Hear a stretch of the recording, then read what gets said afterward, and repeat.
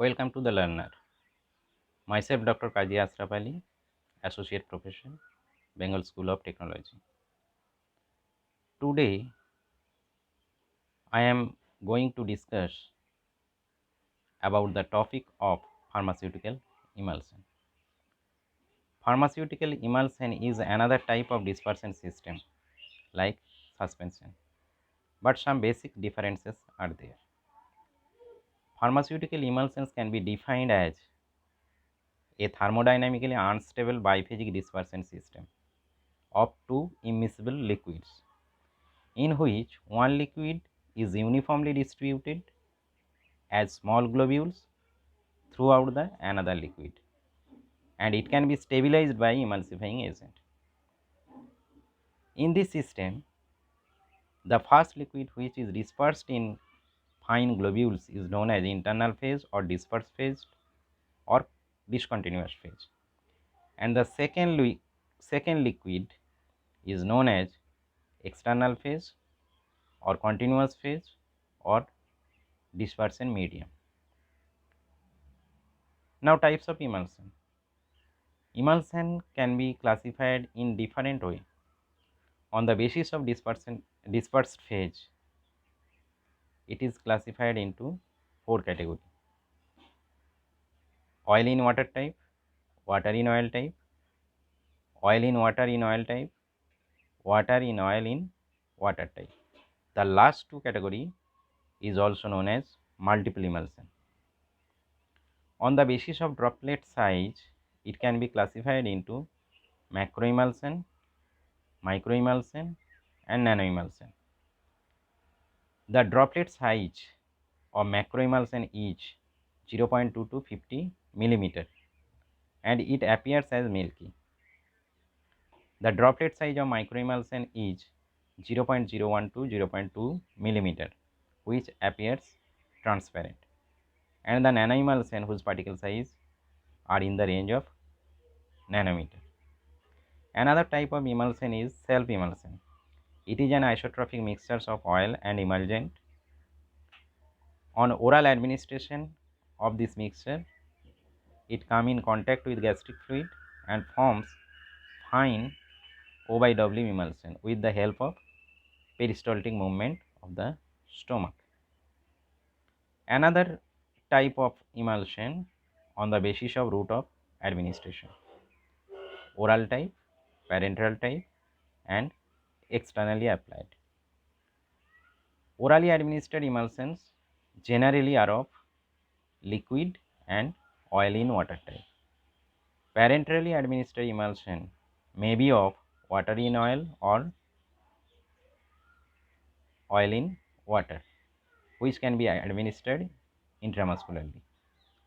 O by W emulsion can be used for parenteral nutrient. Externally applied emulsions are of liniment type, lotion type, cream type. Vanishing cream is of oil in water type, cold cream is of water in oil type, etc. The characteristics of an ideal emulsion are: it should be physically stable, it should enable the formulation to be easily removed from the container. In case of topical emulsion, the formulation must be easily spread over the affected area and it must have pleasing texture. Some advantages of pharmaceutical emulsions are: poorly water soluble drug can be delivered through emulsion formulation for better absorption. Emulsion may be used for unpleasant or bitter taste masking of drug. It can be employed for total parenteral nutrient. It is used for the convenient delivery of the oil, for example, liquid paraffin in constipation. Emulsion can reduce the irritancy of some drugs by dissolving in the internal phase of oil in water emulsion. Patients who have difficulty to swallow solid dosage form, emulsion may be employed to deliver drug easily. Few disadvantages of emulsion are: it is difficult to formulate, and second disadvantage is they are dynamically unstable and therefore must be correctly formulated to avoid the phase separation. Identification test of oil in water and water in oil type of emulsion. Four tests are there: dilution test, dye test, cobalt chloride filter paper test, fluorescence test, conductivity test. Dilution test: emulsion can be diluted only with external phase. For example, O by W type of emulsion can be diluted with aqueous phase or water. Dye test: water soluble solid dyes tints only O by W emulsions and reverse. Microscopic observation usually helpful.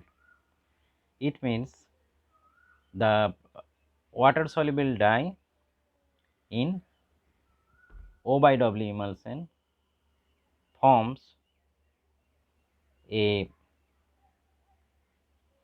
greater area of color, but if it is W by O type, then it forms color in dot patterns. Next test is cobalt chloride filter paper test. Filter paper moistened with cobalt chloride and dried changes to pink from blue color when it is of O by W emulsion. Fluorescence test: since oils fluoresces under UV light, O by W emulsion exhibits dot pattern and W by O emulsion fluoresces throughout the whole area. Conductivity test: electric current is conducted by O by W emulsion owing to presence of ionic species in water. There are some limitations of all these tests which are specified in the comment section.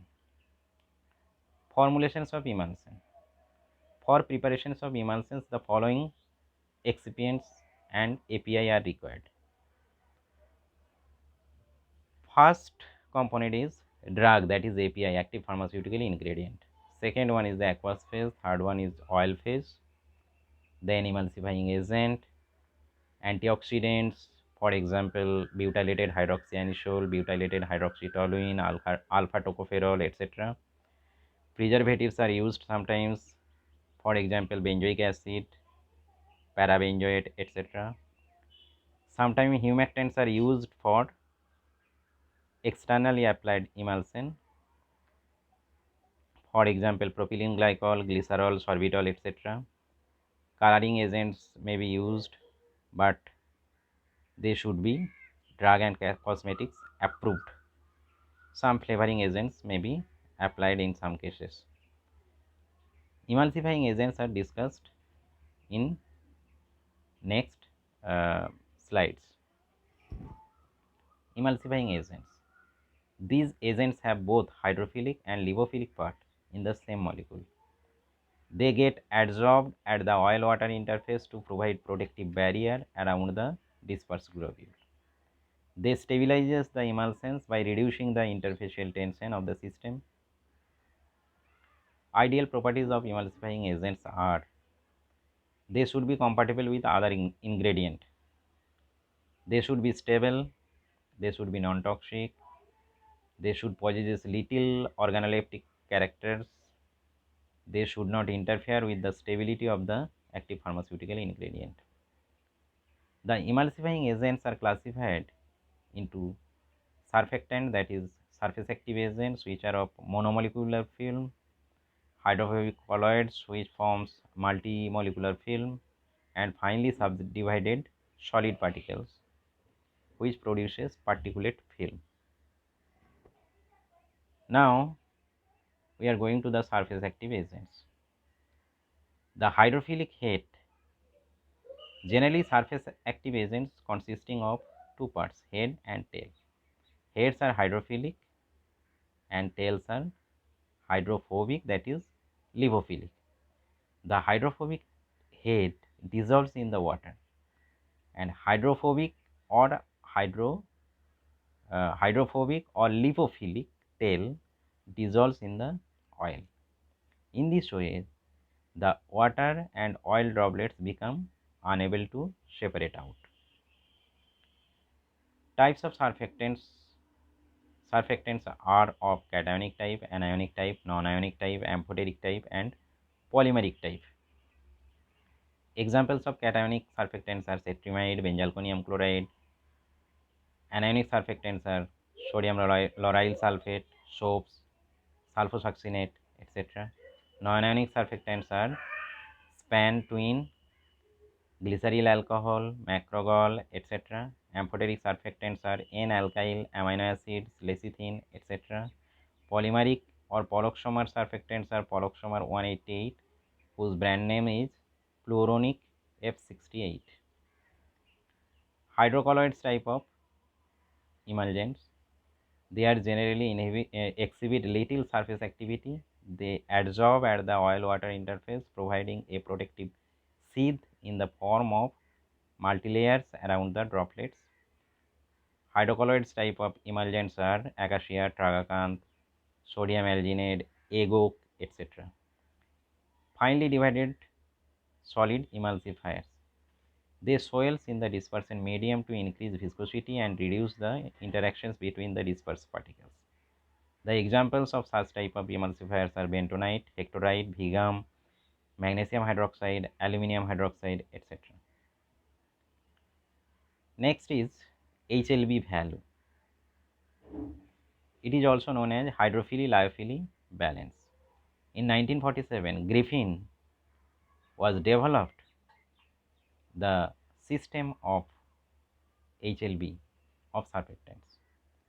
He defined the HLB as the ratio of molecular percentage of hydrophilic group divided by 5, which is equal to 20 into mAh divided by m, where mAh is the molecular mass of the hydrophilic portions of the molecules and m is the molecular mass of the whole molecules, giving a result on a scale of 0 to 50. According to scientist Dave Hish, HLB can be determined by the formula HLB equals to 20 into 1 minus S by A, where S is the saponification number and A is the acid value.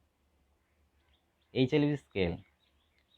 It is a scale whose value ranges determines the different type of emulsifying agent.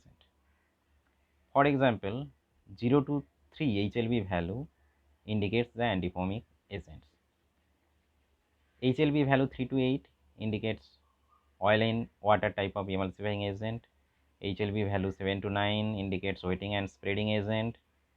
When the value is 8 to 16, it indicates oil in water type of emulsifying agents. 13 to 16 HLB value indicate the detergents, and 16 to 20 express the solubilizing agents. Selections of emulsifying agent. Surfactants that are predominantly hydrophilic will form O by W emulsions, whereas predominantly hydrophobic surfactants will form water in oil type of emulsion. Higher the HLB number means the more hydrophilic or water soluble the surfactant, and the lower number the more lipophilic or oil soluble of surfactant. Surfactant exhibiting HLB values from 3 to 6 or 3 to sometimes 3 to 8 are used to produce water in oil emulsion. Similarly, surfactants exhibiting HLB value from 8 to 16 are used to produce oil in water emulsion. A mixture of surfactant give more stable emulsion than when they are used in single way. Now, the methods of preparations of emulsion. Generally, 4 methods are employed for the preparations of emulsions. They are dry gum method, wet gum method, bottle method, and beaker method. For all the cases, oil, water and gum are taken for primary emulsion in a specific ratio. If the oil is fixed oil, then the ratio will be then the ratio of fixed oil, water and gum will be 4:2:1. If the oil is mineral oil, then the ratio is 3:2:1. For the cases of volatile oil, the ratio is 2:2:1, and for oleaginous substances, it is 1:2:1. The examples of different types of oils are fixed oil, for example, mustard oil, castor oil, etc. For mineral oil, example is liquid paraffin. Example of volatile oil is clove, coriandrol, etc. Now the preparations of emulsion by dry gum method. In the first step, required quantity of oil and gum are taken in a dry mortar and triturated. Then water is added slowly and mixture is triturated vigorously until a clicking sound produced. Then the API and other ingredients are added as the solution to the primary solution. The emulsion is then transferred to the measuring cylinder and the volume is made up with the external phase. The wet gum method of emulsification. It is very much similar to that of dry gum method, but in this case, water and gum are taken in a mortar, then triturated vigorously, then oil is added slowly, and mixture is triturated vigorously until a clicking sound produced. Then API and other ingredients are added in the solution to the primary solution. The emulsion is transferred to the calibrated cylinder and the volume is made up. In case of bottle method, it is generally used for volatile oil and oleaginous substances containing emulsion. In this case, required quantity of oil and gum are taken in a dry bottle. The bottle is capped and thoroughly shaken. The water is added and again shaked until the primary emulsion formed. The API and other ingredients are added as the solution to the primary emulsion. Then it is transferred into a measuring cylinder and volume is made up. In case of beaker method, two beakers are taken initially. In the first beaker, all oily phases are dissolved in oils. In second beaker, all water soluble components are dissolved in water. Oleaginous components are melted. Both phases are heated to a temperature of 70°F over a water bath. The internal phase is then added to the external phase with stirring until the product reaches room temperature.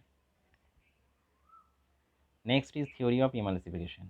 There are various theories involving emulsification technology. The theories are the phase volume theory, hydration theory, electrical double layer theory, oriented wedge theory, adsorbed film and interfacial tension theory. These theory are not discussed here. Next topic is symptoms of instability of emulsion.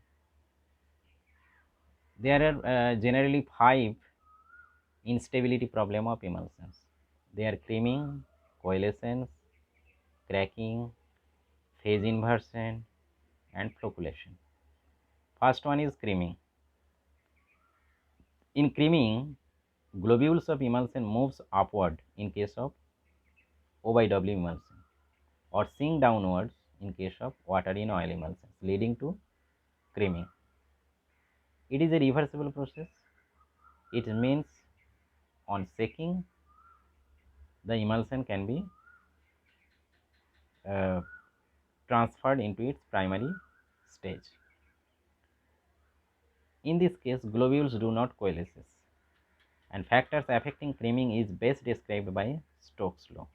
Stokes law, that is, rate of creaming is inversely proportional to the viscosity of the medium. It is directly proportional to the particle size. It is directly proportional to the difference of the dispersed phase and dispersion medium. Creaming can be reduced by reducing globule size by homogenization technique, increase viscosity of the dispersion medium, reducing the difference in density. Next instability is flocculation. It takes place before, during or after creaming. It is the reversible aggregations of droplet of the internal phase in the form of three-dimensional clusters. The flocculation depends on globule size distribution, globule charge surface, and viscosity of the continuous medium.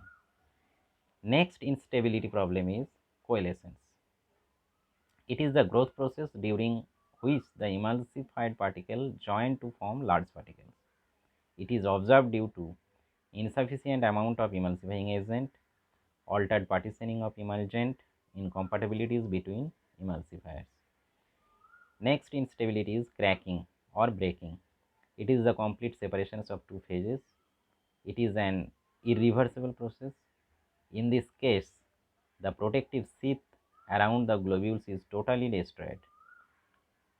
There are some reasons of cracking or breaking of emulsion. They are bacterial growth, additions of incompatible chemicals, and temperature fluctuations. Next instability is phase inversion. This involves the change of emulsion type from O by W to W by O type and vice versa. Some causes behind phase inversions are there. First one is change in phase volume ratio. Second one is the temperature of the system. Third one is suppression of ionizations of ionic surfactant by adding with opposite charge. Fourth one is the adding substance that alter the solubility of the emulsifier. And fifth one is the increasing the dispersed phase concentration. Thank you for watching. You can subscribe the video, you can like, and also you can comment. Thank you again.